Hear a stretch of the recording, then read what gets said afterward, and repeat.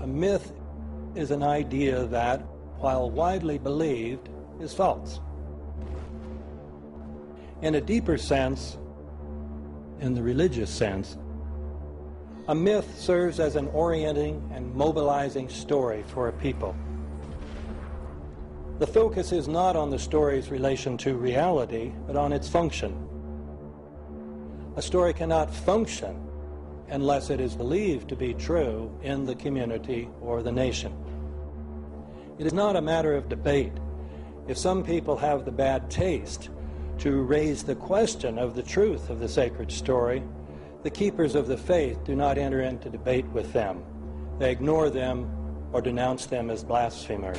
It is wrong, blasphemous, and sinful for you to suggest, imply, or help other people come to the conclusion that the U.S. government killed 3,000 of its own citizens.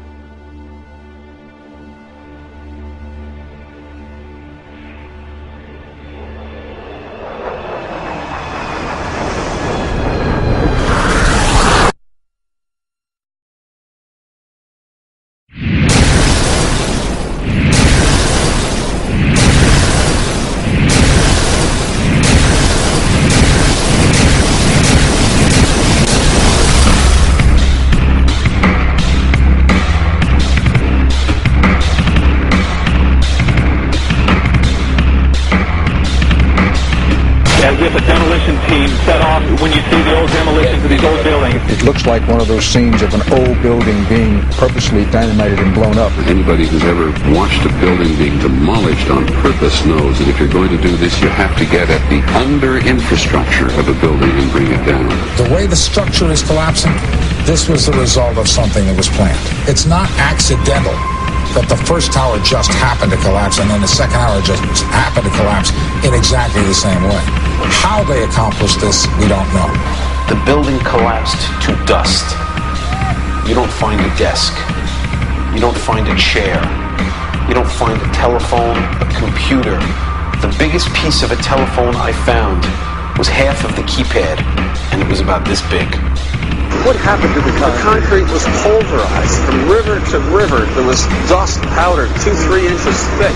The concrete was just pulverized. Reminiscent of those pictures we've all seen too much on television before, when a building was deliberately destroyed by well-placed dynamite to knock it down.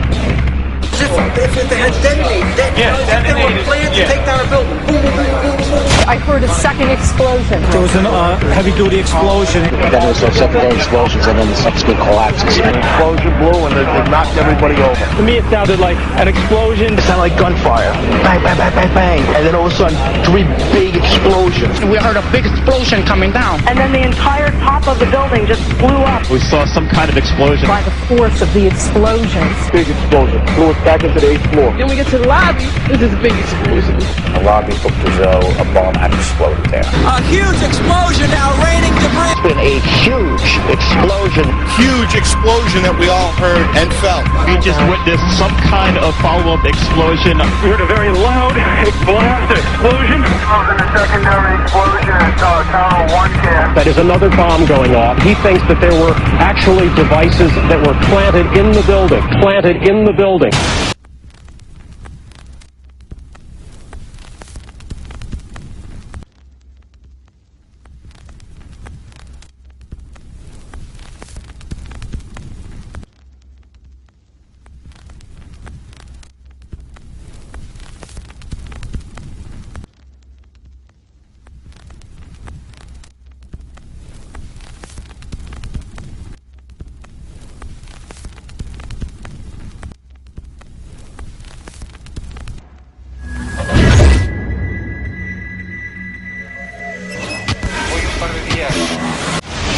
I don't think anybody could have predicted that they would try to use an airplane as a missile, a hijacked airplane as a missile. Nobody in our government, at least, and I don't think the prior government that could envision flying airplanes into buildings. No specific threat involving really domestic operation or involving what happened, obviously, the city's airliner and so. There were no warning signs that I'm aware of. USA Today reports that in the 2 years before the attacks on September the 11th, NORAD conducted exercises using hijacked airliners as weapons. And one target was the World Trade Center.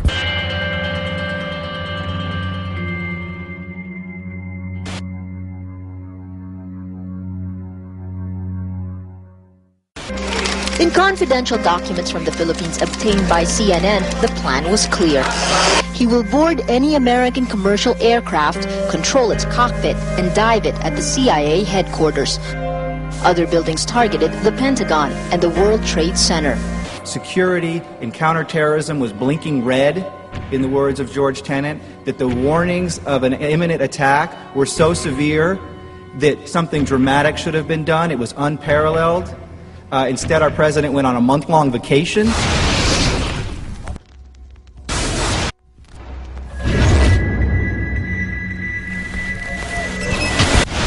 The head of Pakistani intelligence at the ISI, Mahmoud Ahmed, requested Omar Sheikh to wire $100,000 to Mohammed Atta, who was the lead hijacker. Hijacker Mohammed Atta received wire transfers via Pakistan. The man sending the money to Atta is believed to be Ahmed Umar Saeed Sheikh. Omar Sheikh admitted he was supported by the Pakistan government's intelligence service, the ISI.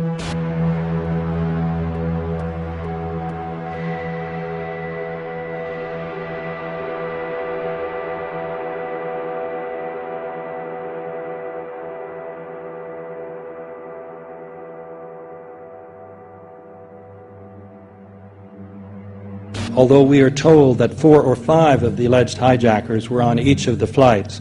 If so, their names should have been on the flight manifests. But the flight manifests that have been released contain neither the names of the alleged hijackers nor any Arab names whatsoever. We know that the men who were supposedly the hijackers had their houses, cars, credit cards paid for by the U.S. government. They were, in truth, agents. Evidence was also apparently planted. The passport of one of the hijackers on Flight 11 was allegedly found in the Rebel. Goes through the fireball, through the side of the plane, and comes down to the ground unscathed. But something happened. For 6 months they reported they had this passport. Boy, we've got it, we've got the proof. And then the guy stood up and was alive. Several of these 19 men are still alive.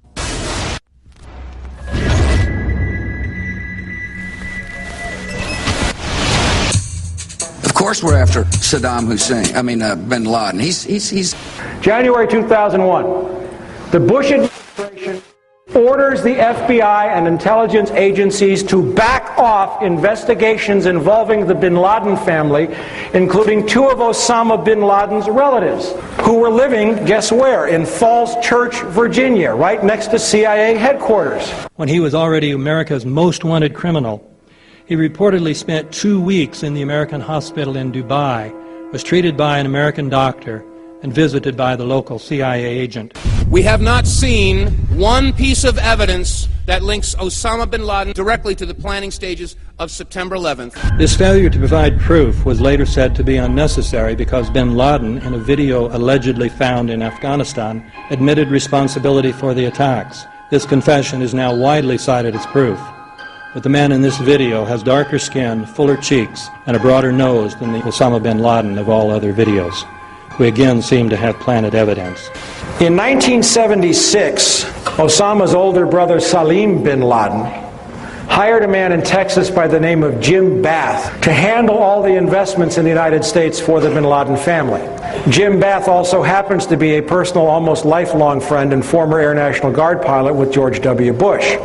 The connections between the Bushes and the bin Ladens become much more clear when George Herbert Walker Bush made trips to Saudi Arabia in 1998 and 2000 to meet with the bin Laden family on behalf of a company called the Carlyle Group.